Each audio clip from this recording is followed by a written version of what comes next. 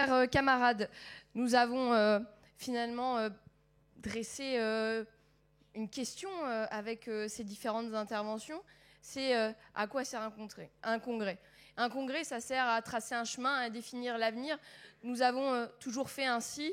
Et comme je le disais en introduction, ce vœu, j'espère que nous allons le réaliser ici à Marseille. En tout cas, nos tables rondes sont organisées de la sorte. Nous avons parlé de la jeunesse, nous allons parler de l'Europe, car c'est aussi l'avenir. Les socialistes sont résolument, profondément, intrinsèquement européens. Ils n'ont pas changé, nous n'avons pas changé. Pour affronter les menaces totalitaires, nous avons besoin d'Europe. Pour lutter contre le dérèglement climatique, nous avons besoin d'Europe. Pour défendre notre industrie et nos emplois, pour préserver notre souveraineté, nous avons besoin d'Europe. Pour protéger nos droits sociaux, pour protéger le droit des femmes, nous avons besoin d'Europe. Mais pour cela, nous avons besoin d'une Europe qui change, d'une Europe qui se réoriente. Et c'est ce à quoi travaillent les parlementaires socialistes et les sociodémocrates européens, les membres de la Commission européenne qui appartiennent à notre famille politique. C'est cela dont nous allons parler maintenant et j'appelle Christophe Clergeau pour la prochaine table ronde.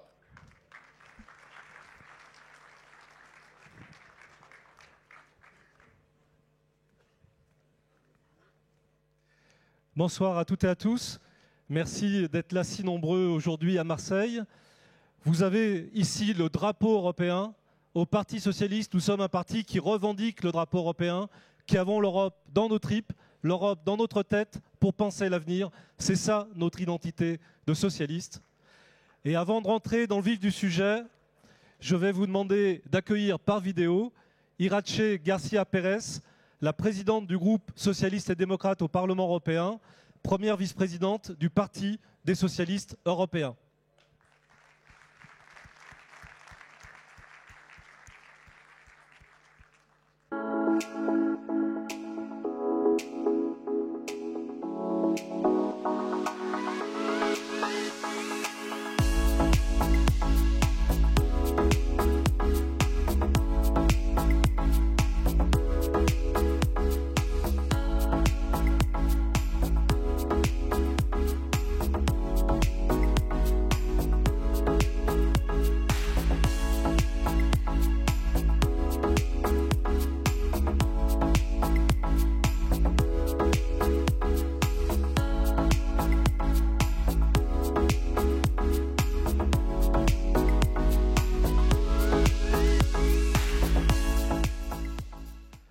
Alors, toutes nos excuses. La vidéo sera lancée à la fin de la table ronde. Il y a un petit problème de calage. Mais vous aurez donc la vidéo d'Irache tout à l'heure. Avant d'ouvrir la table ronde avec les parlementaires, nous allons évoquer la situation en Ukraine. Pourquoi nous le faisons au moment du temps européen? On aurait pu le faire demain avec mon ami Dylan Botifla et Jean-Marc Germain sur les questions européennes, internationales. Mais nous considérons que ce qui se passe en Ukraine, c'est l'avenir de l'Europe qui se joue. Ce sont nos valeurs, c'est notre liberté, c'est notre mode de vie. Chaque jour, le peuple ukrainien se bat pour nous et pour ce que nous sommes. Donc je vous demande d'accueillir très chaleureusement sur la scène Nadia Bardi, présidente de l'association Aide humanitaire pour l'Ukraine à Marseille, et Natalia Dobrianska, présidente de l'association Marseille-Odessa et ambassadrice de la ville d'Odessa en France.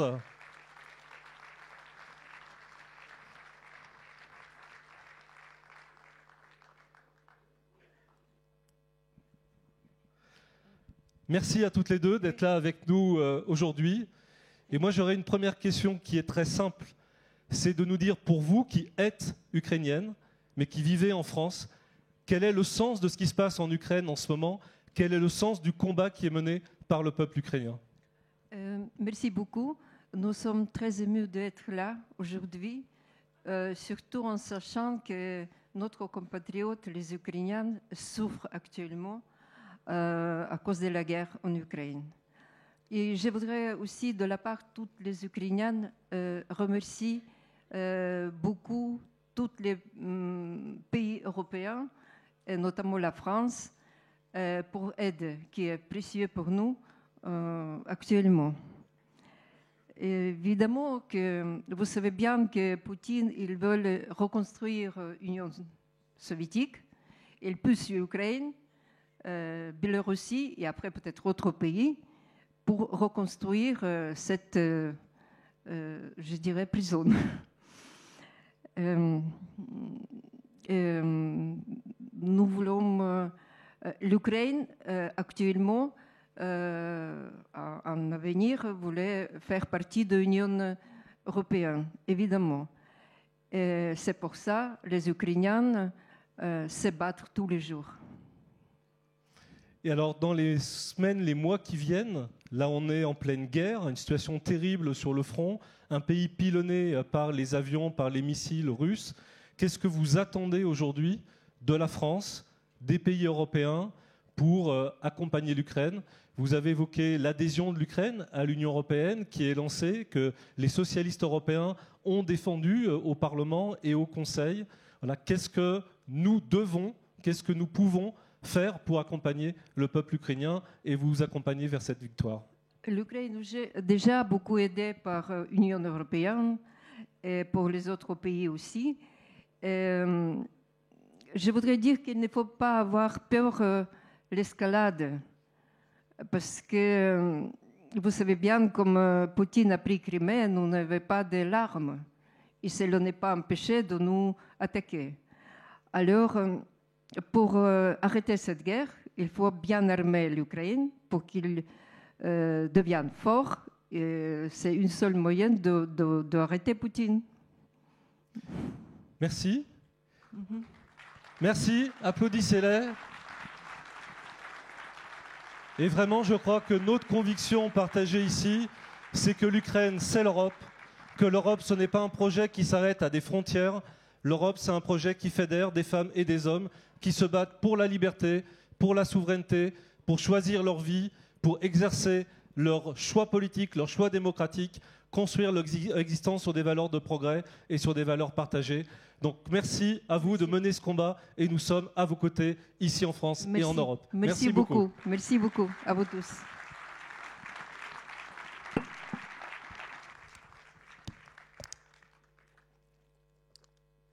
Alors maintenant, nous allons avoir le plaisir d'accueillir plusieurs parlementaires européens, parlementaires du Parlement européen, mais aussi parlementaires nationaux. Nous sommes socialistes français, membres d'une grande famille, socialistes, social-démocrates, membres du Parti des socialistes européens. Et c'est dans ce cadre que nous menons notre réflexion sur l'Europe, sur son avenir, sur notre projet européen. Et ce soir, nous n'avons pas souhaité parler avec vous du détail du fonctionnement de l'Europe ou du détail de telle ou telle politique, mais de ce que nous pouvons faire ensemble, du projet européen que nous pouvons partager face aux crises et face aux menaces auxquelles on est confronté. Donc je vous demande d'accueillir très chaleureusement Katharina Barley, vice-présidente du Parlement européen, responsable des questions européennes au SPD et vice-présidente exécutive du PSE. Jamila Madeira, membre du Parlement portugais et également membre de la présidence du Parti des socialistes européens. Nis Fuglsang, eurodéputé danois, socialiste, membre du groupe socialiste et démocrate au Parlement. Et puis bien sûr de faire une standing ovation à Nora Mebarek, qui est à la fois une locale de l'étape, notre députée européenne, présidente, chef de la délégation au Parlement européen.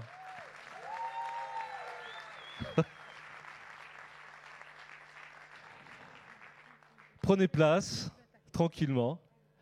Merci à vous tous, toutes d'abord, d'être là. Et on va pouvoir faire un voyage en Europe. Et ce qui nous a semblé intéressant, c'est justement de montrer des regards différents venant d'Allemagne, du Portugal, du Danemark, pour les confronter à notre vision. Parce que ce que nous allons avoir à faire dans l'année qui vient, c'est de travailler ensemble à un projet socialiste commun. Donc, sans tarder, je vais donner la parole à Katharina Barley. Et nos orateurs vont s'exprimer tous en français et au pupitre. On les remercie pour cet effort. Pour 7-8 minutes, Katharina, tu as la parole. Merci beaucoup, cher Christophe. Chers amis, camarades. C'est un honneur d'être ici avec vous dans cette salle impressionnante à ces jours si importants pour vous, mais aussi pour nous tous comme famille, je dirais. Je vous transmets bien sûr l'amitié de la SPD et aussi de la PSE, de notre famille en Europe. Et je vais vous dire tout d'abord qu'il y a eu un petit malentendu que je ne savais pas. C'était certainement notre faute que je devais faire une intervention de 10 minutes ou 8 minutes, combien. Donc j'ai fait ça très spontanément. Alors s'il vous plaît, excusez-moi déjà des fautes. Et peut-être je ne vais pas parler aussi longue et ça va donner plus de minutes à vos discussions d'après. Bon. De quoi est-ce que je vais vous parler? Je vais vous parler de ma grande passion. Je suis juriste passionnée, ça va ensemble. Les non-juristes ne le croient pas, mais ça va ensemble. Et comme ancien ministre de Justice, pour moi, le plus important quand je parle de l'Europe actuellement, c'est la base de tout, c'est la démocratie et c'est l'état de droit. Ça a l'air très, très abstrait. Mais ce n'est pas abstrait du tout.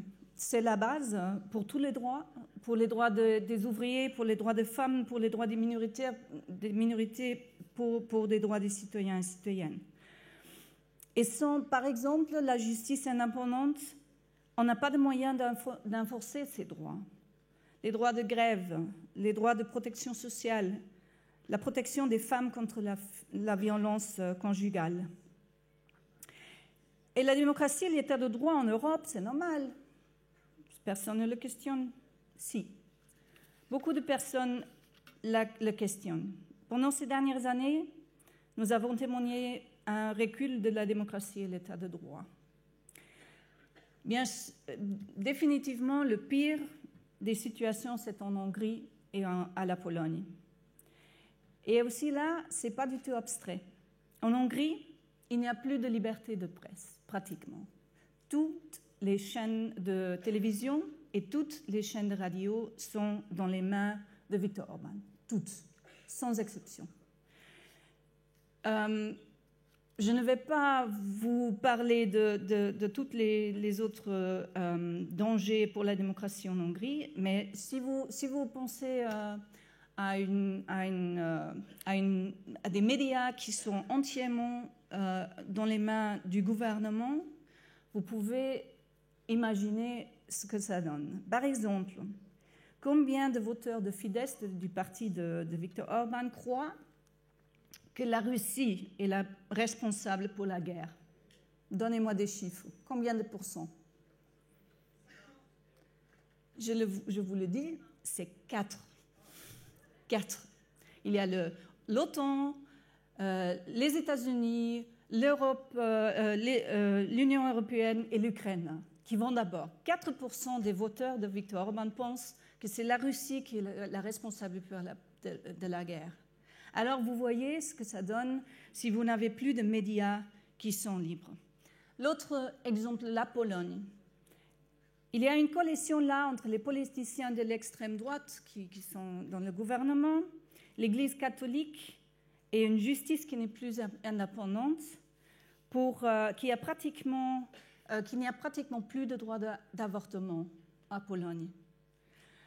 Des femmes meurent à Pologne parce qu'ils ont des embryos morts dans leur ventre et les médecins ne les accouchent pas parce qu'ils ont peur d'être condamnés par cette nouvelle loi. C'est ça, des exemples les plus extrêmes, ce qui se passe quand il n'y a plus d'état de droit et de justice indépendante. Il y en a d'autres. Donc, c'est quelque chose de très concret. Et cette base de notre union est en danger, pas seulement en Hongrie et à Pologne, mais dans beaucoup de pays. Et ça devient de pire en pire. Et pourquoi est-ce que je vous dis tout cela? Parce qu'il faut des progressistes pour battre pour la démocratie, l'état de droit et les droits de nous tous. C'est notre histoire, c'est notre DNA de lutter contre les inégalités, pour la justice, pour tous. Et la droite politique ne le fait plus. Elle n'est plus fiable dans cette bataille contre les autocraties, les extrêmes droites. On le voit en Italie. Manfred Weber, vous l'avez vu sur l'écran, le chef des conservateurs dans notre Parlement européen, il a voté pour Berlusconi, sachant que Berlusconi fera partie d'un gouvernement de l'extrême droite, des ex-fascistes ou des néo-fascistes. Regardez en Suède, les conservateurs se sont fait élire par les fascistes des Suèdes démocrates. Et même en France, si on a entendu Valérie Pécresse, parfois c'était comme d'écouter Marine Le Pen. Donc, les élections européennes qui se rapprochent déjà seront déterminantes pour notre futur. Parce que si on ne fait pas attention, si on ne lutte pas fiercement pour la démocratie et l'état de droit, on aura une majorité à la droite de notre Parlement. Et les deux, ils travaillent pour cela, les conservateurs et l'extrême droite. Et qu'est-ce que ça donnera? Ça donnera une union des patries, c'est comme ils disent, mais ça sera une union des égoïstes. Bon, des égoïstes, ce n'est pas quelque chose de dangereux. Si, c'est quelque chose de dangereux dans ces circonstances. Je vous donne un exemple. L'ex-chancelier Kurz, en Autriche, il était très ami avec Berlusconi en Italie. Mais Kurz était aussi un populiste. Et il offrait la nationalité autrichienne aux gens de Tyrol du Sud, c'est le nord d'Italie, où on parle allemand. Alors il disait, vous pouvez aussi être autrichien. Et tout d'un coup, vous avez une situation où des amis populistes, des amis de l'extrême droite, de la droite populiste, se confrontent dans une matière qui est existentielle. Et nous savons de notre histoire où ça peut mener un jour. Et je dis ça très consciemment aujourd'hui. Aujourd'hui, c'est le 27 janvier. C'est le jour de la libération du camp d'Auschwitz. Le crime le plus monstrueux de l'humanité. Et l'Union européenne était la réponse, et toujours est la réponse à cette monstruosité. C'est une union de justice, de solidarité, de paix. Et l'Europe, notre Union européenne, a besoin des socialistes forts qui battent pour cela ensemble. Merci.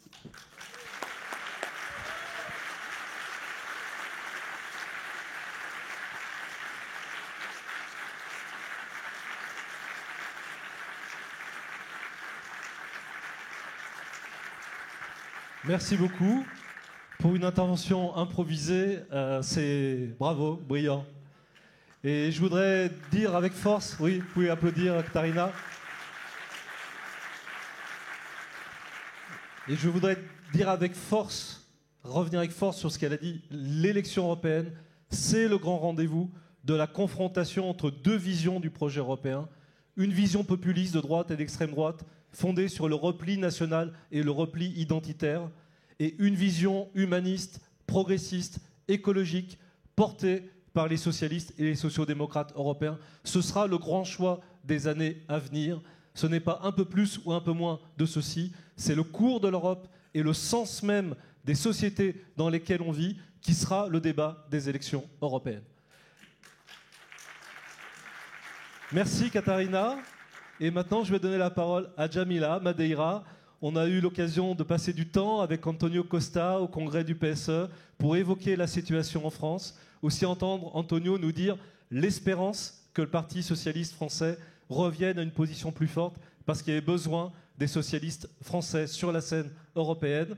Mais on a aussi envie d'entendre ton regard du Portugal, de votre expérience gouvernementale, de votre vision de l'Europe. Donc je te donne la parole. Merci beaucoup.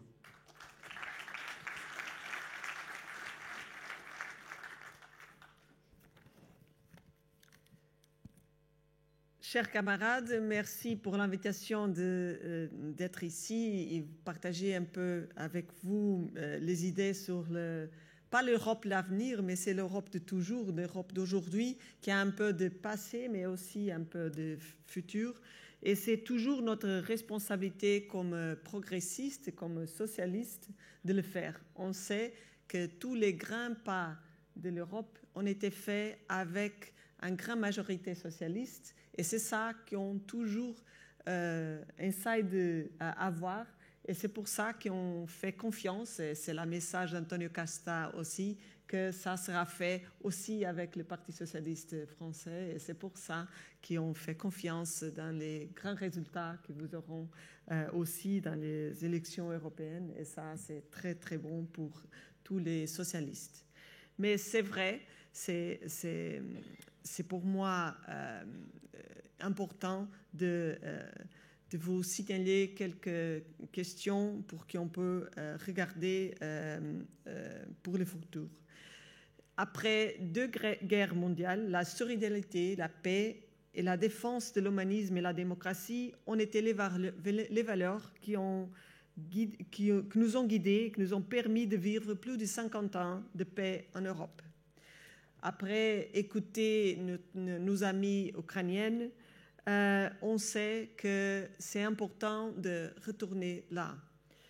La défense des principes fondamentaux de l'Union européenne face au discours de haine et de désinformation devient de plus en plus urgente et impérative en aidant aussi la question de l'Ukraine.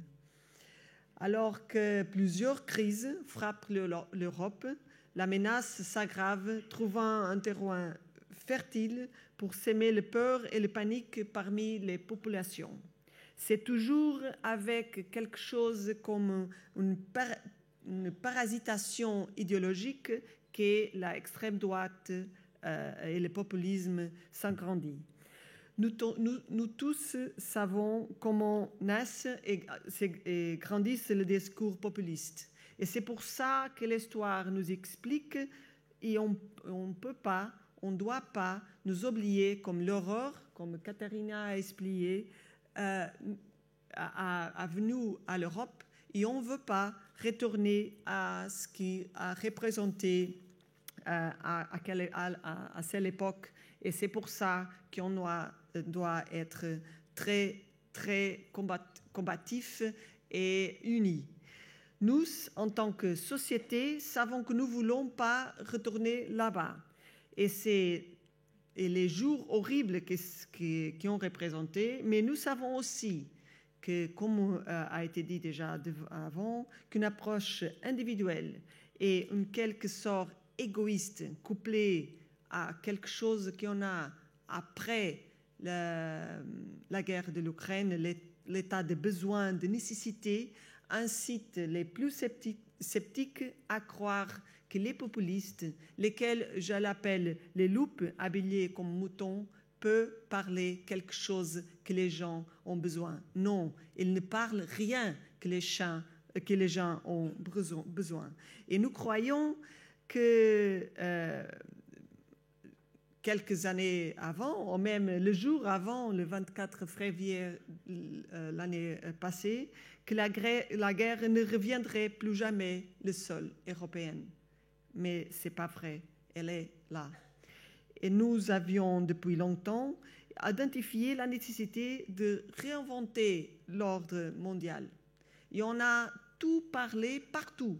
Et je regarde et je vois Benedita, notre secrétaire générale de l'Internationale socialiste, et on a parlé de ça, ça fait longtemps. Et maintenant, avec le défi que cette guerre représente, nous avons le choix. Soit nous passons à la stratégie, on peut dire plutôt traditionnelle d'agression, avec les choses qu'on normalement appelle l'escalade interminable de la force, soit où nous utilisons toutes nos forces pour pousser à un monde rééquilibré, multilatéral et garantissant que le développement, la paix et la sécurité et les droits humains sont là pour tous. On a maintenant à Nations Unies un secrétaire général qui est socialiste, qui a été premier ministre au Portugal, qui a été le plus conciliateur qu'on peut trouver d'entre nous, parce qu'il est toujours un homme qui fait le dialogue. Et l'Europe, les socialistes, les progressistes ont aujourd'hui comme responsabilité, mais nous, comme un défi, nous savons que l'Europe est un véritable géant en termes financiers, en termes économiques, même des enjeux climatiques, nous sommes devant, et le modèle social que tout le monde aimerait avoir. Mais avec urgence, on doit, et surtout dans les conditions que le monde face aujourd'hui, face à la guerre et face à tout ce qui se passe, doit jouer le rôle de leader politique d'une approche multilatérale globale. Et ça doit être joué aussi et surtout avec nos partis socialistes, nos partis progressistes. Et parce que l'Union européenne a été surtout ça. C'est l'exemple concret de la manière d'une approche progressiste pour trouver un monde meilleur. On peut retourner à ce que nos pères fondateurs ont fait et pourquoi ils l'ont fait, mais tous entre nous savons exactement pourquoi, parce que les 50 ans avant, nous sommes tout le temps en guerre. Nous battons entre nous pour les territoires, pour les choses méchantes, on peut dire. Mais aujourd'hui, on dirait qu'on a eu 50 ans de paix parce qu'on a trouvé un exemple de dialogue, de modèle commun. Et c'est pour ça qu'on doit retourner à ça pour rééquilibrer le monde et construire un monde nouveau, juste, inclusif et pacifique, où l'extrémisme ne convient pas et où le renforcement de la cohésion et de la coopération entre nous, ainsi que la lutte contre le populisme, est dans tous les pays. Et je pense, et Caterina a aussi parlé de ça, que nous voulons aussi une union plus courageuse, plus proche et solidaire de ses citoyens lorsqu'ils se rendent compte des difficultés majeures dans leur vie. Et ça n'importe à quel secteur au thème qu'on pense. C'est la question de l'avortement, c'est la question des droits de communication, c'est le chômage, c'est la pandémie. L'Europe doit avoir une parole et une réponse pour ces problèmes de ces gens. Seuls les politiciens, seuls les socialistes, avec ces politiciens, sont capables de faire un vrai dialogue avec les gens, avec les gens et les gens qui ont envie d'avoir solution pour leurs problèmes. Et c'est pour ça qu'on doit faire des propositions, on doit faire des notes network, comme on fait toujours avec le Parti socialiste européen, mais on va avoir des réponses collectives.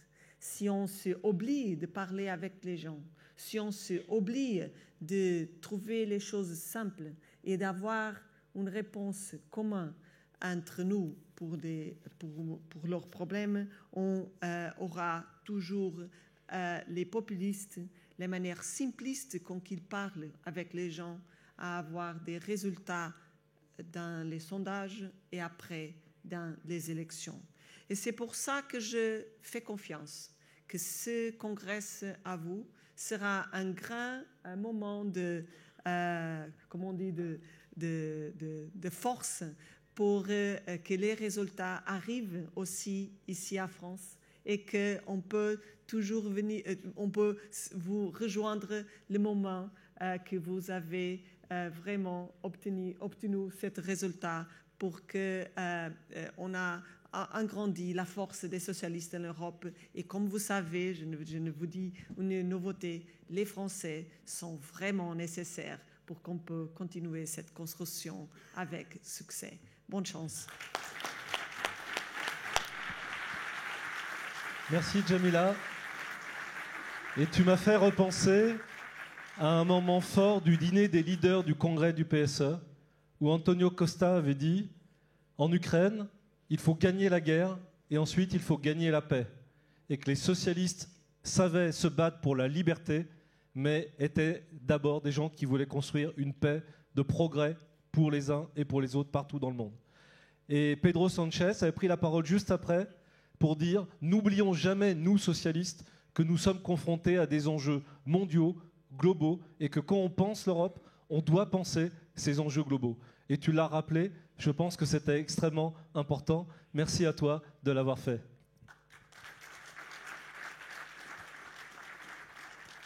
Alors quand les Français veulent parler d'Europe, ils se tournent vers les Allemands, ils se tournent vers nos amis du Sud, Italiens, Espagnols, Portugais, ils se tournent vers nos amis belges, et Paul Magnette sera là dimanche matin, et puis souvent ils s'arrêtent là, comme si l'Europe n'existait pas en Scandinavie, comme si l'Europe n'existait pas dans l'Est de l'Europe. Et c'est une des raisons, je pense, pour lesquelles nous avons du mal à nous faire comprendre, à nouer le dialogue, à faire avancer nos idées, une des raisons pour lesquelles le président Macron a beaucoup de mal à réussir en Europe. Donc c'était très important pour nous de sortir de ce précaré français et de nouer le dialogue avec, en l'occurrence, un élu danois. Donc merci beaucoup à toi, Niels, d'être avec nous aujourd'hui. Et Niels était aussi un des symboles des succès socialistes en Europe parce qu'il s'occupe notamment de questions énergétiques au Parlement européen. Et si aujourd'hui il y a un Green Deal à l'échelle européenne, c'est aussi parce qu'il y a Frans Timmermans, parce qu'on a eu des résultats aux dernières élections européennes et que les socialistes ont pu imposer dans l'agenda européen ce Green Deal qui rencontre aujourd'hui les enjeux énergétiques. Donc Niels, merci et je te laisse la parole.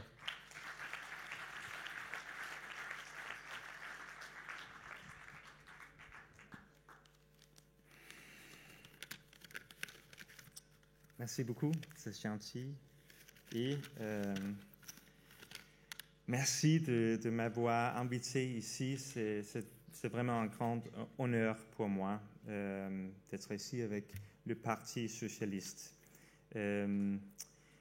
Aujourd'hui, je voudrais parler de la transition énergétique qui est très, très importante. Je pense que pour nous tous, pour les socialistes et démocrates au Parlement européen, c'est un des sujets qui ont priorisent vraiment parce que c'est clair qu'il faut sortir ce système énergétique fossile basé sur gaz et pétrole et aller vers un système basé sur les renouvelables. Pour nous, au Parlement, pour notre groupe au Parlement, je veux dire qu'il y a trois raisons principales pour qu'il faut faire et il faut prioriser cet effort. Premièrement, pour le climat. Aujourd'hui, l'Union européenne ne suit pas l'accord de Paris. À Paris, nous avons promis à l'un l'autre que la température globale ne doit pas augmenter plus que 1,5 degré. Si on passe cette température, notre société sera, selon les chercheurs, menacée par du temps extrême, par la sécheresse et par des millions de migrants. Aujourd'hui, la température a déjà augmenté avec 1,2 degré. Et la limite, c'est vraiment 1,5. Donc, nous n'avons pas beaucoup de temps et il faut que les pays riches fassent plus que les pays pauvres parce que c'est nous qui sommes responsables, c'est nous qui sommes responsables pour la plupart des émissions. Deuxièmement, Pour l'Union européenne, il est très important que nous cessons d'être dépendants du gaz et du pétrole venant de la Russie, car cette dépendance aide à financer la guerre de Poutine et il est capable de l'utiliser comme un moyen de pression. Il est aujourd'hui douloureux, je trouve, de voir comment la politique énergétique de l'Union européenne pendant des décennies a complètement ignoré à quel point il est dangereux pour nous d'être aussi dépendants de l'énergie russe. Avant la guerre, 40% des importations de gaz de l'Union européenne venaient de la Russie, ainsi que 25% de nos importations du pétrole. La conclusion est que l'Europe versait tous les jours à Poutine autour de 800 millions d'euros pour l'achat d'hydrocarbures. Quelle catastrophe! Pourquoi nous n'avons pas réalisé bien plus tôt que c'était une très mauvaise situation pour nous? En 2008, quand Poutine a commencé à attaquer la Géorgie, nous n'aurions pas dû le réaliser? Ou en 2014, quand il a annexé la Crimée? Ou quand il a lancé des cyber-attaques et des fake news contre nous et les États-Unis pour avoir une influence sur les élections? Heureusement, la plupart des Européens, des hommes politiques, des femmes politiques européens, aujourd'hui reconnaissent que c'était une faute, une grosse faute. On ne peut pas séparer le commerce et la politique. Nous savons aujourd'hui. Troisièmement, la troisième raison pour laquelle il est très important de faire cette transition énergétique est qu'il y a tant de citoyens au travers de l'Europe qui luttent pour payer les factures de l'énergie. Et vous savez que nous savons que les prix ont augmenté et cela a aussi eu comme effet que l'inflation générale a augmenté. Et comme socialistes, c'est bien sûr important pour nous d'éviter cette catastrophe sociale que ce développement implique. Et pour cette raison aussi, la transition énergétique est importante. L'énergie renouvelable est moins chère que les hydrocarbures. Il vaut mieux, bien sûr, investir dans l'avenir de notre société au lieu d'envoyer de l'argent tout le temps à Poutine. Donc, il est évident que c'est le moment maintenant de trouver une nouvelle politique énergétique qui sera fondée sur l'énergie renouvelable et l'efficacité énergétique. Maintenant, au Parlement européen, nous travaillons sur 16 lois qui ensemble ont le nom Fit for 55, parce qu'ensemble, ils vont avoir comme résultat que l'Union européenne va diminuer ses émissions de CO2 par 55% en 2030, comparé à 1990. Avant Noël, on a fini les négociations de plusieurs lois parmi les 16, mais il reste quelques lois et il faut qu'on continue les négociations dans le printemps. Et c'est le cas pour la directive de renouvelable et la directive de l'efficacité de l'énergie. Je travaille moi-même avec ces deux directives et mon but est, je trouve que notre but est d'avoir des obligations légales concernant l'expansion des énergies renouvelables et l'augmentation de l'efficacité de l'énergie pour tous les États membres de l'Union européenne. Concernant les renouvelables, je sais que dans beaucoup d'endroits, les habitants ne sont pas très contents de voir les éoliennes dans le paysage, et surtout pas quand elles sont trop proches de leur maison et dérangent la vue. Je connais cette problématique très bien parce que ma famille a une maison de vacances en France et récemment, il y a eu des grandes protestations contre les projets de la région où nous habitons, la région Aveyron. Il y avait des protestations contre les projets qui prévoyaient de mettre des éoliennes proches des maisons du village où on habite. Et je me suis rendu compte, donc j'ai vu qu'il y a une pétition contre les éoliennes, et je me suis rendu compte qu'une membre de ma famille proche a signé cette pétition. Et j'ai dit, maman, il ne faut pas signer des trucs comme ça. Nous avons besoin des éoliennes. Mais je sais que c'est un problème et c'est aussi pour cette raison que je trouve que les renouvelables sont importants, mais aussi l'efficacité de l'énergie. Parce que si on augmente l'efficacité de l'énergie, on a besoin de moins d'électricité, bien sûr, et moins aussi d'éoliennes et moins de problèmes comme ça.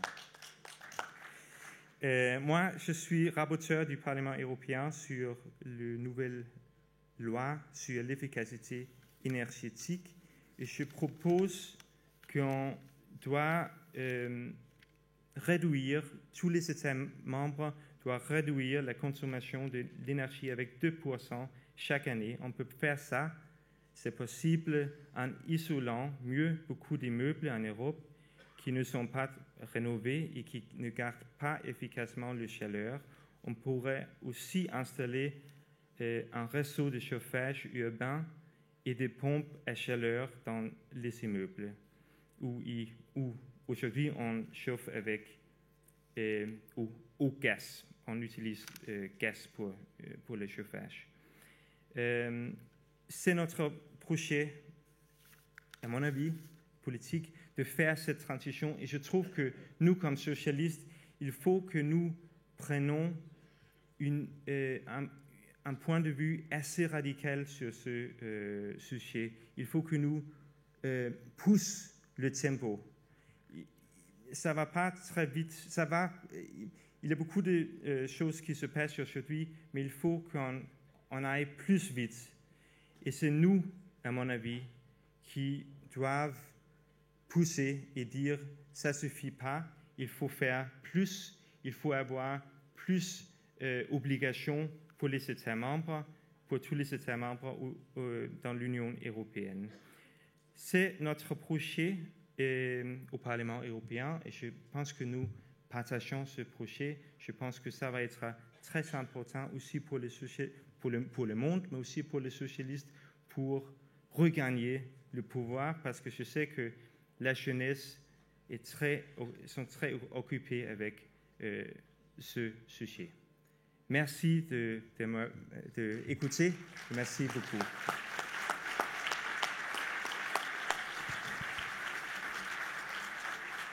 Merci Nils. Et alors, je crois que ce que tu as dit, c'est quelque chose qu'on va illustrer dans beaucoup de domaines dans l'année qui vient. Le progrès vient d'Europe et il vient d'Europe grâce aux socialistes européens. Nous sommes en France dans un pays qui est le seul en Europe à être en retard sur ses objectifs 2020 sur la production d'énergie renouvelable et nous avons été condamnés à de lourdes pénalités par l'Europe parce que nous n'avons pas rempli ces engagements. Et donc heureusement qu'il y a cette poussée européenne pour nous amener à aller plus loin. Et sur l'énergie, parce qu'on parle beaucoup dans ce parti obéissance ou pas désobéissance au texte européen, la présidente de la Commission a dit il y a quelques semaines que la libéralisation du marché de l'énergie était la pire des bêtises que l'Europe avait faites ces 30 dernières années. Ça montre à quel point les crises que nous vivons, crise écologique, crise financière, crise en Ukraine, crise énergétique, nous amènent, et crise Covid évidemment, nous amènent à revoir de fond en comble notre manière de travailler, des choses qui étaient impossibles hier sous la domination des idées libérales, face aux crises, deviennent à nouveau possibles. Et donc, il y a un moment pour les socialistes européens de proposer des idées et des chemins nouveaux pour répondre aux crises. Et c'est ce que tu as illustré sur la question énergétique. Merci beaucoup.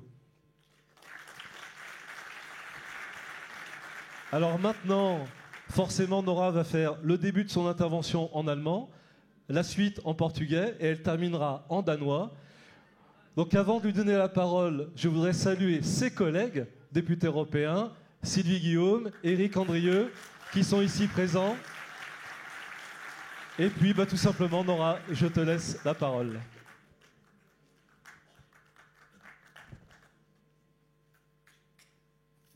Merci Christophe et merci Katharina, Jamila, Nils. Et j'ai une information à vous donner. La démonstration que je voulais faire en les faisant parler en français, c'est que ça y est, le Parlement européen va enfin mettre le français en seule langue officielle depuis que les Anglais sont partis. Donc voilà, c'est fait, c'est aujourd'hui. Bien sûr, je suis ravie d'être là. Je voulais d'abord saluer l'ensemble des camarades du secrétariat national que tu conduis, Christophe. À chaque moment de congrès ou d'université d'été, le secrétariat national à l'Europe, à l'international, tous les camarades qui sont là, que je reconnais mois après mois, participent au débat que nous avons dans notre parti sur la partie européenne. Et donc, je vous en remercie parce que ça nous aide beaucoup. Tu l'as fait. Tu as ovationné et tu as fait ovationner mes collègues. Je vais le refaire, je suis désolée, mais oui. Sylvie, qui est là, Sylvie Guillaume, que vous savez attachée à nous rappeler à chaque fois les questions d'état de droit que Katharina nous a rappelées, attachée à nous rappeler aussi que nous avons des droits, les citoyens européens, et elle s'attache à les protéger dans un moment aussi important que celui des attaques régulières sur la liberté des citoyens. Éric, qui nous a dit pendant des années et nous a alertés pendant des années sur les dangers des pesticides, puisqu'il avait conduit à la commission d'enquête sur le glyphosate sur le mandat précédent, ce qui n'a pas servi à Macron pour le faire appliquer en France, mais peut-être que Boris Vallaud va arriver à le persuader. Et puis, merci Éric, parce que tu nous rappelais déjà en 2019, lors de la campagne européenne, combien la souveraineté alimentaire de l'Union européenne était importante. On l'a vu, on l'a percuté pendant la crise de la pandémie. Et donc, pour ce que vous faites tous les deux depuis des années dans ce parti, pour transmettre à cette génération que je ne suis pas en âge, mais en nouveauté de mandat européen, eh bien, je vous remercie infiniment au nom de l'ensemble des camarades. Bien, nous sommes à Marseille, et donc, évidemment, j'ai un temps marseillais. J'allais dire plutôt bucco-rhodanien, parce que j'ai trouvé que toutes les interventions depuis cet après-midi ne parlaient que de Marseille. Or, Marseille appartient à un département, et donc il y a des camarades de Marseille et les camarades du département, de ce magnifique département que sont les Bouches-du-Rhône, et je voulais les remercier pour leur accueil. Vous l'avez vu quand vous êtes arrivés sur ce palais du Pharaon, Yannick Ouanessian vous l'a rappelé tout à l'heure, cette vue sur la Méditerranée, et Marseille occupera dans les années à venir une place importante dans notre stratégie de lien avec la Méditerranée, rive sud, rive nord. Et donc, c'est le combat que nous menons, notamment avec nos camarades portugais au Parlement européen, pour faire reconnaître une stratégie macro-régionale en Europe, et j'espère qu'elle va aboutir.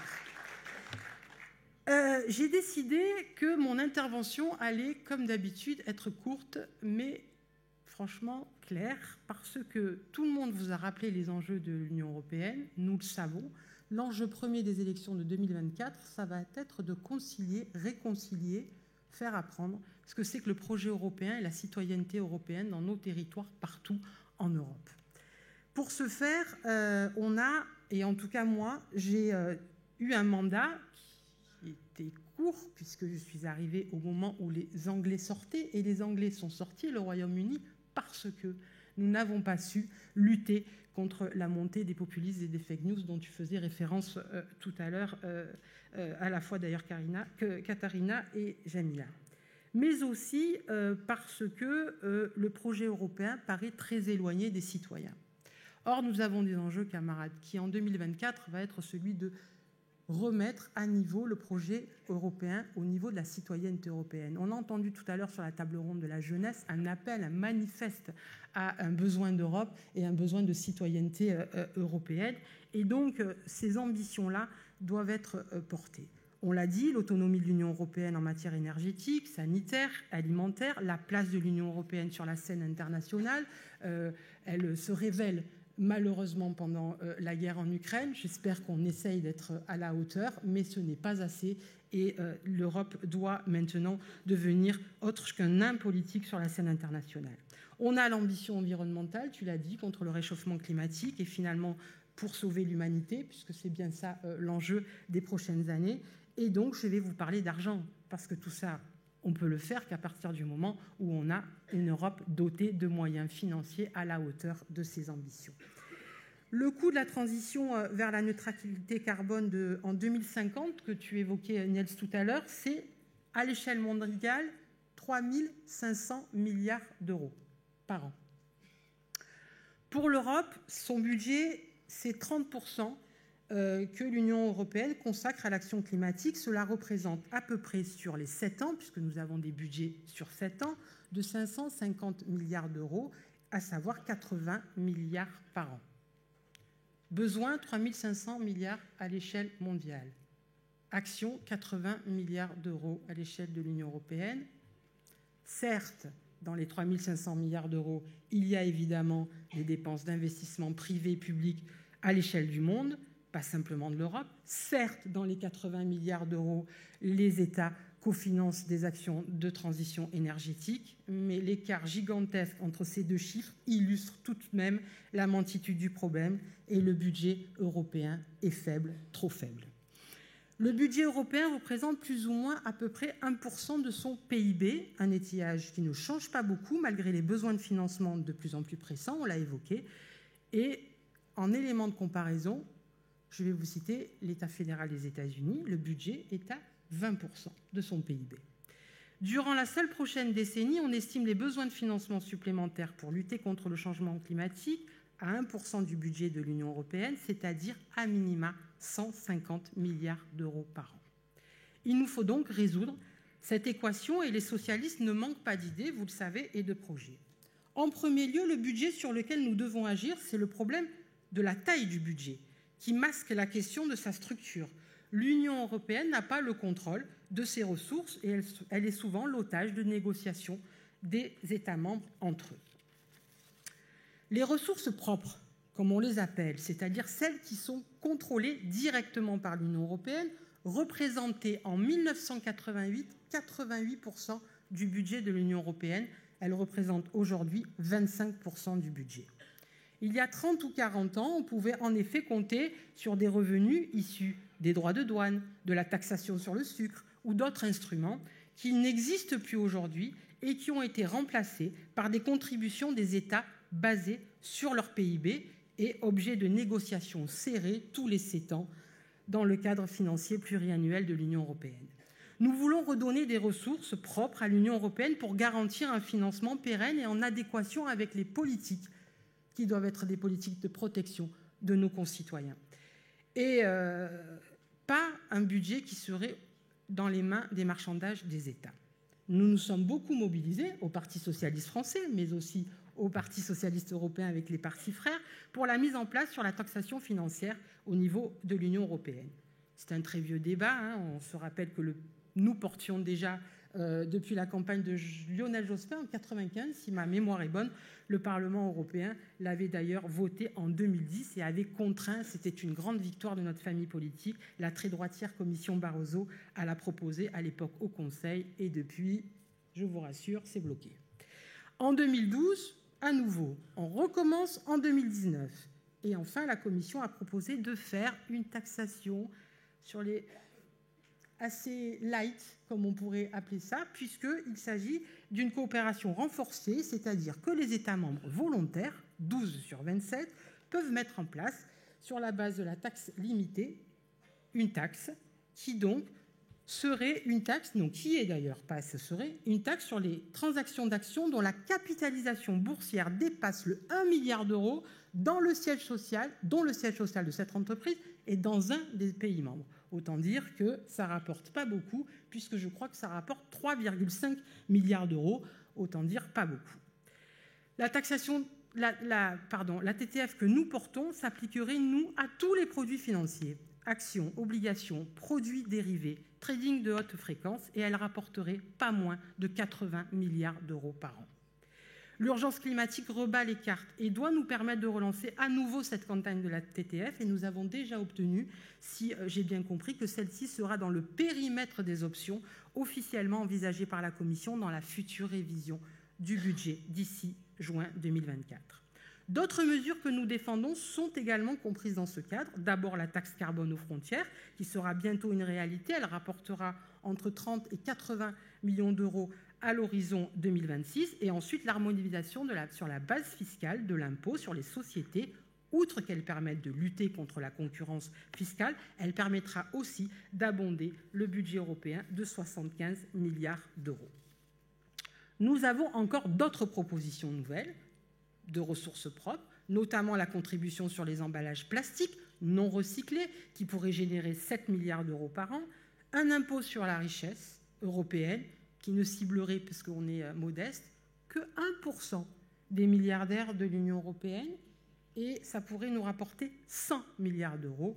Donc je pense que c'est un combat aussi à mener, et il faudra évidemment continuer à avancer sur la contribution, nous en Europe on appelle ça comme ça, la contribution de solidarité sur les super profits réalisés. Enfin bon, la campagne menée par notre premier secrétaire et notre parti depuis déjà le mois de juillet qui avait été lancée en loi, à savoir la taxation sur les super profits qui pourrait aussi nous ramener beaucoup de financement.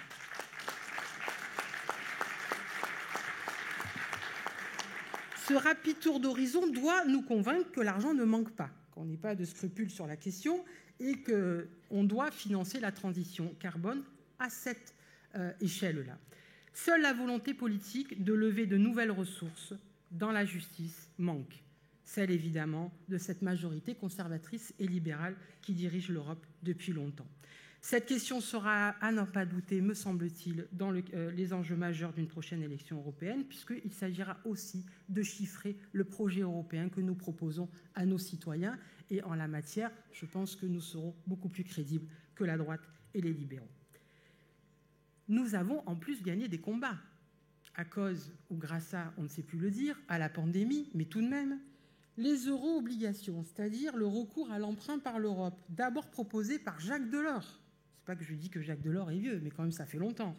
Et la gauche européenne, il y a longtemps bloquée par la droite, sont aujourd'hui réalisées avec succès par la Commission européenne sur les marchés pour financer la relance post-Covid. Avec la facilité pour la résilience et la relance, un programme d'investissement de plus de 750 milliards d'euros basé sur un emprunt commun. Ça y est, le vieux tabou est tombé, tabou de 40 ans. On peut en dire aussi d'ailleurs la même chose sur la mise au frigo du pacte de stabilité et de croissance, les fameux 3% de Maastricht, qui a libéré les capacités de relance des États membres. Ce pacte de stabilité sera justement révisé dans les mois qui suivent, avant les élections européennes, et c'est un enjeu aussi pour nous de transformer cet instrument symbole de l'austérité en une règle budgétaire verte pour la transition climatique qui incitera les États à investir, Niels l'a rappelé, dans un avenir décarboné. Le budget pluriannuel de l'Union européenne doit lui aussi être révisé dans le courant de l'année et donc nous serons au rendez-vous. Toutes ces questions relèvent aussi de notre capacité à redéfinir éventuellement ce qui relève aussi de la subsidiarité et la supranationalité. La subsidiarité doit-elle s'effacer dans certains domaines?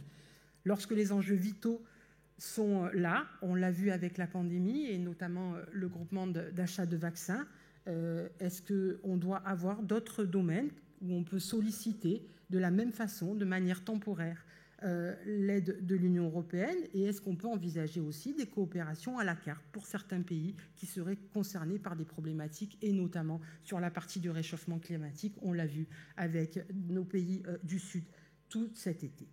L'Union européenne doit aussi se renouveler en ajoutant une troisième dimension qui reflète pleinement le rôle des pouvoirs locaux et régionaux dans le processus de décision de l'Union européenne.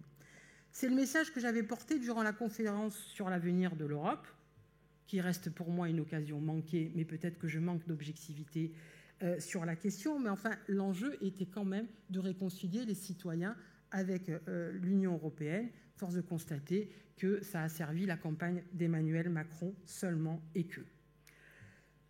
Je continue à penser que si la modification des tabous ne doit pas être, des traités, pardon, ne doit pas être un tabou, il est toujours possible, à traité constant, d'améliorer la gouvernance et la législation européenne en associant encore plus étroitement les élus locaux européens aux décisions communautaires qui les concernent.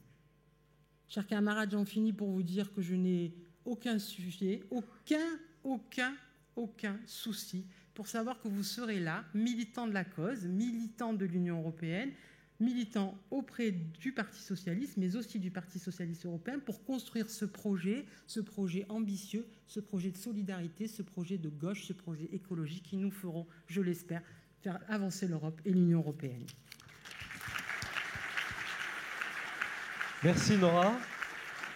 Et alors le propos de Nora me fait rappeler les débats que nous avons eus au congrès du PSE sur la résolution du congrès. Parce que les super profits, au départ, ce n'était pas la position collective.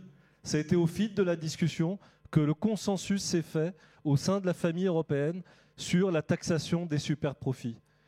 De la même manière, on a débattu de la question de la souveraineté européenne, alimentaire, mais aussi sanitaire, industrielle, en matière de défense. Et au début, les débats, c'était autonomie stratégique, capacité stratégique. Et petit à petit, on est tous venus sur le thème de souveraineté.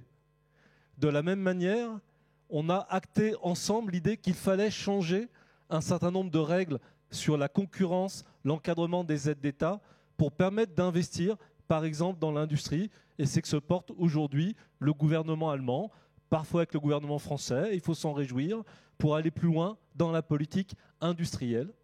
Et c'est aussi dans cette résolution que nous disons que la conférence sur l'avenir de l'Union européenne doit avoir une suite, que ce qu'ont dit les citoyens soit entendu et que parmi les sujets, il doit y avoir le renforcement des droits et des pouvoirs du Parlement européen.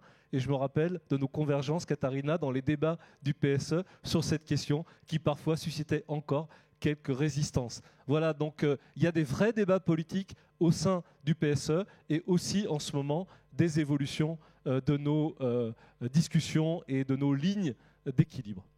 Alors avant de terminer cette table ronde, je voudrais juste reposer 3 petites questions surprises à nos intervenants. Première à Niels, parce que Niels est un nouveau député européen et souvent les citoyens, parfois même les militants, s'interrogent sur à quoi sert un député européen et quelle est l'importance du Parlement. Donc tu l'as déjà illustré à travers les textes sur lesquels tu travailles, mais si tu peux nous dire juste un mot très personnel sur cette première période d'expérience au Parlement européen, comment tu vis cette responsabilité? Oui. Ok, je veux dire deux trucs.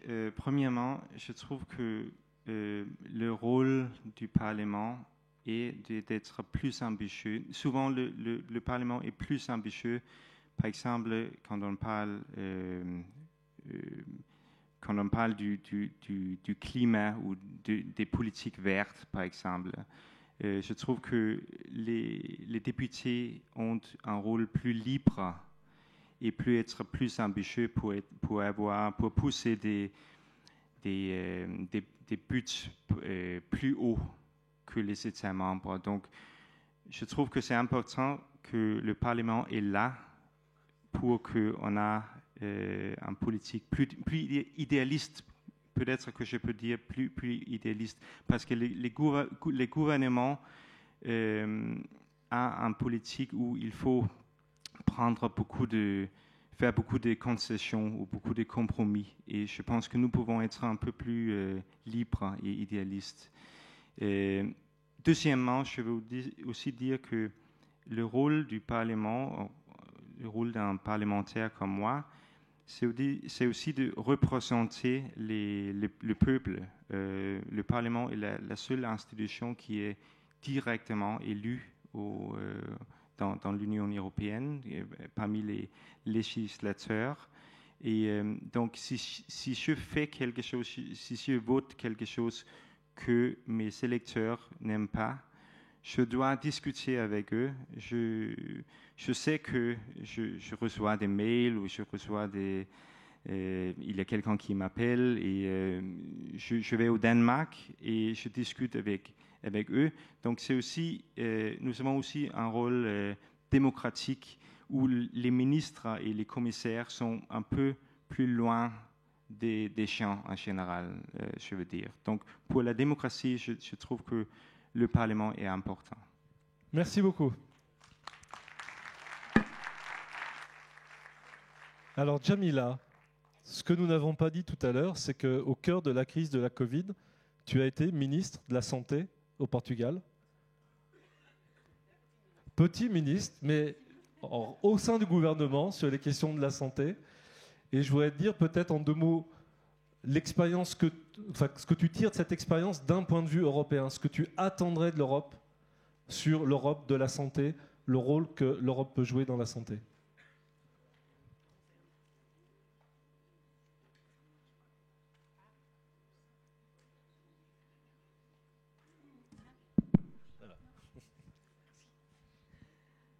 Merci, c'était une question très difficile parce que on a eu 2 moments. Le premier moment où tout le temps je me questionne où est l'Europe que je connais. Ça a été les premières 3 semaines, 15 jours où la idée de que nous sommes les 27 chacun par soi, ça a été terrible pour moi parce que je suis vraiment européenne et je crois vraiment dans le projet européen. Et c'est pour ça qu'après, qu'on a réussi à avoir une stratégie et une stratégie pour le défi de la pandémie, pour le défi de la vaccine et pour le défi d'avoir des réponses pour les gens, pour que les gens pour assurer que tout le monde a l'accès à tous les services de santé, pour assurer que tout le monde a la garantie d'avoir son travail après la pandémie, pour garantir qu'on peut faire la récupération de l'économie européenne ensemble. Ça a été ouf. On a Europe, il n'est pas mort, elle n'est pas morte. Ça a été très bon pour recevoir toutes ces énergies positives. Mais et c'est vrai que dans le cadre de la santé, on a à ce moment, si je me rappelle bien, on était en février 2020 dans un budget pour la santé expérimental dans le Fonds social européen, c'était avec un numéro très petit de millions d'euros pour qu'on peut essayer de voir si ça a un chemin à faire. Maintenant, nous sommes dans le cadre des 5 000 millions. Et c'est une grande différence. Et on a trouvé les défis d'avoir les vrais systèmes européens de santé.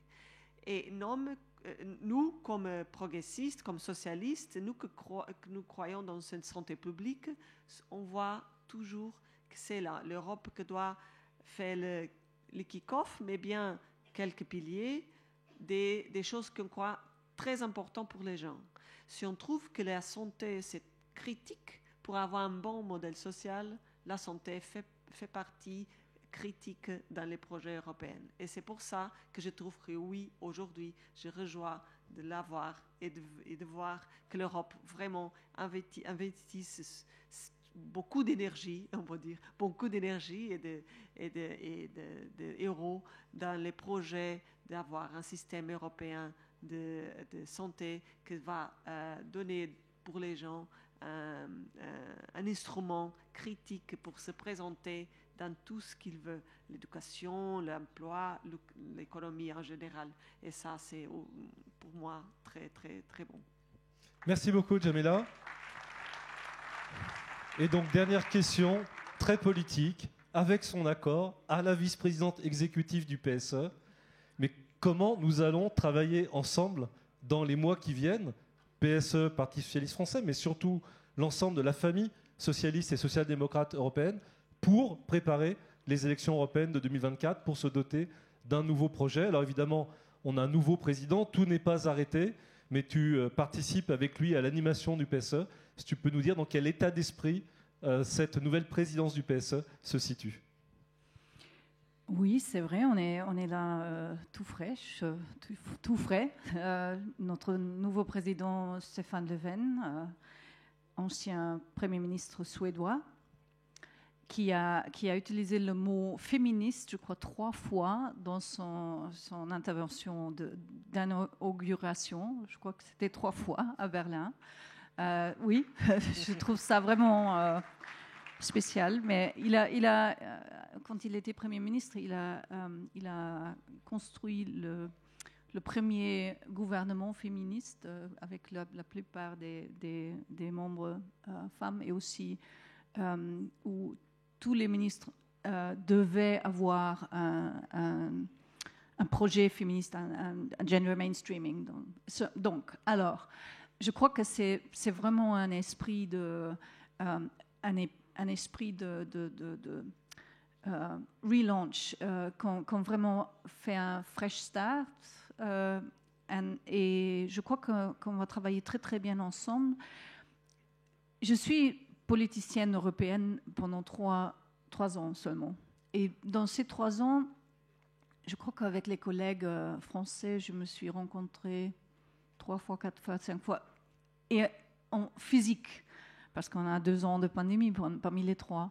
Donc c'est vraiment un lien très, très, très, très proche. Bien sûr, la France est un pays extrêmement important dans l'Union européenne, un pays fondateur, un grand pays, un pays puissant, et on a vraiment, vraiment besoin de vous. On a vraiment besoin parce que ce sont tous les pays qui jouent dans ce concert européen, mais quand même, pour les grandes nations, il y a encore un tout petit peu plus de responsabilité. Et je dis ça aussi comme Allemande. Je suis vraiment très, très émotionnelle aussi sur cet échange, parce que, comme j'avais dit, l'Union européenne, c'est pour moi surtout, principalement un projet de paix, et que les Français nous ont accueillis après la Deuxième Guerre mondiale. C'est vraiment toujours quelque chose qui est vraiment très présent. On est toujours très conscient de cela. Et l'amitié entre nos 2 pays, c'était aussi une raison pour la création de l'Union européenne. Et on a dit, nos peuples, on était des ennemis héritiers. On disait en allemand, je ne sais pas si ce mot existait aussi en français, mais il y avait cette notion de Erbfeindschaft, de ennemi héritier. Imaginez-vous aujourd'hui. Et qu'on a réussi à avoir cette relation d'amitié, de vraiment proche et sincère amitié, c'est encore quelque chose de très émotionnel.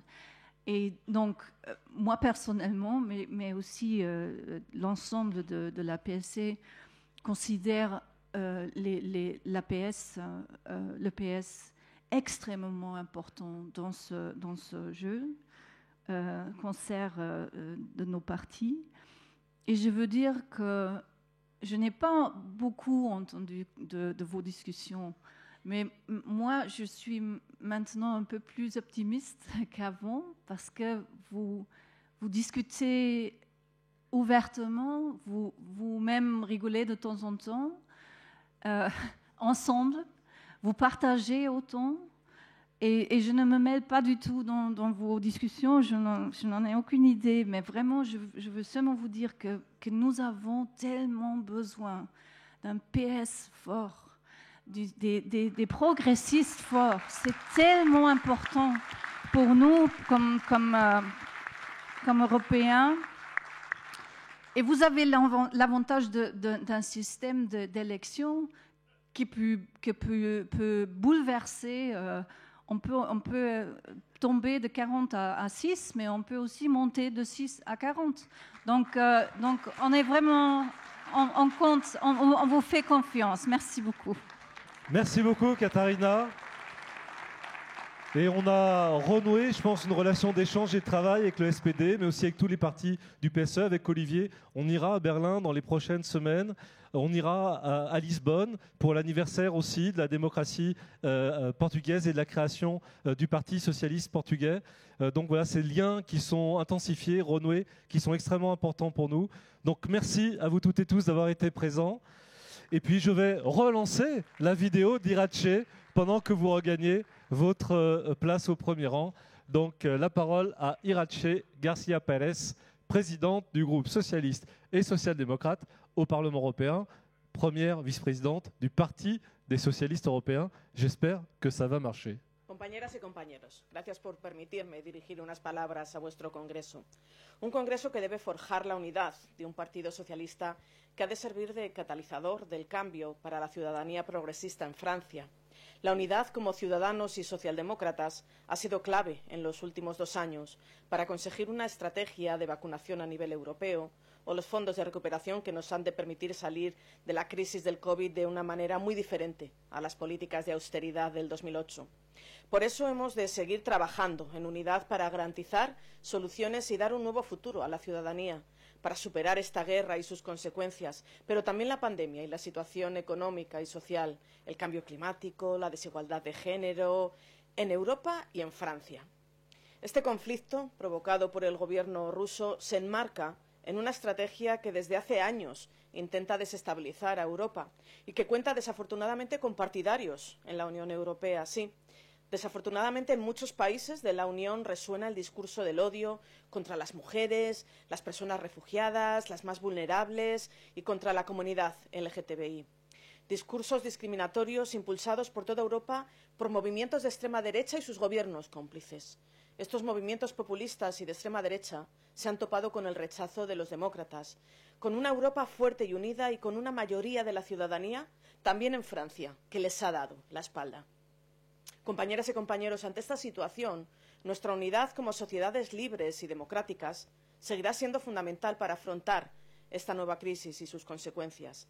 Esta guerra, la pandemia y las consecuencias evidencian la necesidad de una Unión Europea y una Francia que prioricen la transformación económica, ecológica y social sin dejar a nadie atrás. Una Europa y una Francia que protegen a su ciudadanía ante estas crisis, no solo en estos ámbitos, sino también garantizando sus derechos y libertades, la democracia y el Estado de Derecho. Amigas y amigos, os deseo un buen Congreso, un Congreso que pavimente el camino para reconectar con la ciudadanía que pide más progreso, que pide forjar un futuro de paz, próspero y sostenible, feminista, socialmente justo y en plena libertad y democracia. Muchas gracias. Merci. Merci beaucoup à Iratxe. Dans quelques minutes, rassurez-vous, je vais laisser la place. Nous allons reprendre le débat des textes d'orientation sur l'Europe, puis sur tous nos sujets généraux. Mais avant, je voudrais vous dire quelques mots de la Convention nationale consacrée aux questions européennes qui démarre ce jour et qui va durer jusqu'à l'été et être conclue par vous avant le mois de juillet. Donc d'abord, nous avons un secrétariat national à l'Europe qui fonctionne avec 2 secrétaires nationaux adjoints, Céline Geisman et François Comet, que je voudrais vous demander de saluer particulièrement parce que c'est lui qui m'aide à suivre tous les travaux au PSE. Et la présence des uns et des autres lui doit beaucoup. Il anime au quotidien le lien avec tous les partis frères en Europe, et notamment grâce à la Fédération de Paris, puisque la Fédération de Paris a beaucoup de liens avec beaucoup de partis socialistes et sociodémocrates en Europe. Donc merci François. Merci à vous, toutes et tous, parce que dans ce congrès, il y a eu beaucoup de contributions thématiques sur l'Europe. Plus de 20 contributions thématiques sur l'Europe, dont bien sûr celles des textes d'orientation, mais aussi des contributions de sections, de fédérations, de militants qui échangent entre eux sur les questions européennes. Donc c'est une ressource formidable et l'Europe a été au cœur de nos débats de congrès. Donc pour rendre hommage à Sylvie Guillaume, qui nous le dit souvent, pour une fois qu'on parle d'Europe pas seulement la veille des élections européennes, mais que c'est présent dans les débats du parti, c'est présent parce que l'actualité nous l'impose, les crises, l'Ukraine, la crise climatique, mais c'est aussi présent parce que vous, militants, vous êtes intéressés par les questions européennes et que vous avez envie qu'on en discute. Alors, on va tout de suite se lancer dans cette Convention Europe. Comment elle va se passer? Je ne vais évidemment pas vous donner tous les détails, mais il y a un comité de pilotage qui se met en place avec Nora Mebarek, bien sûr, en tant que chef de la délégation, avec moi-même et François Comé pour le secrétariat national, avec Cécilia Gondard également, avec Céline Gessman et Jean-Marc Germain pour le TO3, et puis le TO1 va nous transmettre un représentant, mais il y a une discussion au sein du TO1 ce soir pour en décider. Donc nous allons piloter cela collectivement, collégialement, avec vous. Qu'est-ce que nous voulons faire? Eh bien, tout simplement, avoir en juillet une feuille de route des socialistes français pour la préparation des élections européennes. Notre objectif, il est extrêmement clair, c'est porter aux élections européennes le projet et le combat des socialistes et des sociodémocrates européens, le faire devant les Français pour amener le plus possible de députés européens socialistes français à Bruxelles pour concourir à une victoire de la gauche en Europe. C'est ça notre objectif politique partagé. Et donc ce qu'on va vous demander, eh bien, c'est dès que vous le pourrez, je sais que dans les fédérations, il y a encore l'élection des secrétaires de section, des premiers secrétaires fédéraux, mais dès le mois de février, mars, organisez-vous, montez des collectifs d'animation dans chaque département, montez des sessions de formation quand c'est nécessaire, et l'équipe nationale Europe du parti, les députés européens, mais aussi les membres du comité européen des régions, ou les élus locaux engagés dans l'association des communes et des régions d'Europe pourront venir à votre rencontre, vous accompagner, répondre à vos questions, vous donner les éléments pour comprendre les débats européens.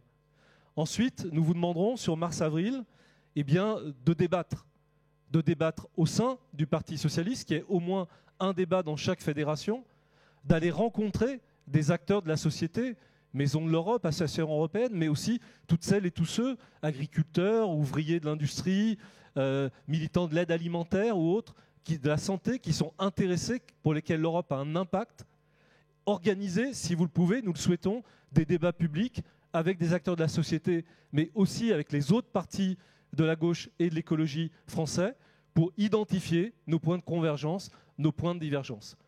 Tout ce travail que vous allez faire va nourrir notre réflexion collective, et au mois de mai, nous mettrons sur la table, à partir de tout ça et de ce travail collectif national, un texte d'orientation sur l'Europe que vous pourrez amender et que vous pourrez voter. Ce texte sera voté par l'ensemble des militants du Parti socialiste et constituera la feuille de route collective des socialistes français pour les élections européennes. Et je termine juste en disant que bien sûr le Conseil national qui se réunira début mars pour installer la direction aura précisé toutes ces modalités, mais commencez dès maintenant la mobilisation dans les fédérations, l'organisation de votre travail. Et puis ayez à l'esprit que ce n'est qu'une première étape. Cette convention, elle vise à nous donner une feuille de route, mais derrière, à nous donner la capacité d'organiser autour de nous le débat sur l'Europe à gauche. Le sujet n'est pas que nous disions le mal ou le bien que nous pensons d'un tel et d'un tel, mais que nous soyons suffisamment forts sur nos positions, suffisamment offensifs, suffisamment engagés collectivement pour que ce soit aux autres partis politiques à gauche, de LFI aux écologistes et aux autres, de se positionner par rapport à l'offre politique des socialistes français. C'est à nous de donner le là sur la question européenne comme sur les autres.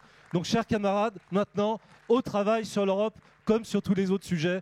Et merci encore à nos collègues européens d'avoir été là avec nous aujourd'hui. Merci.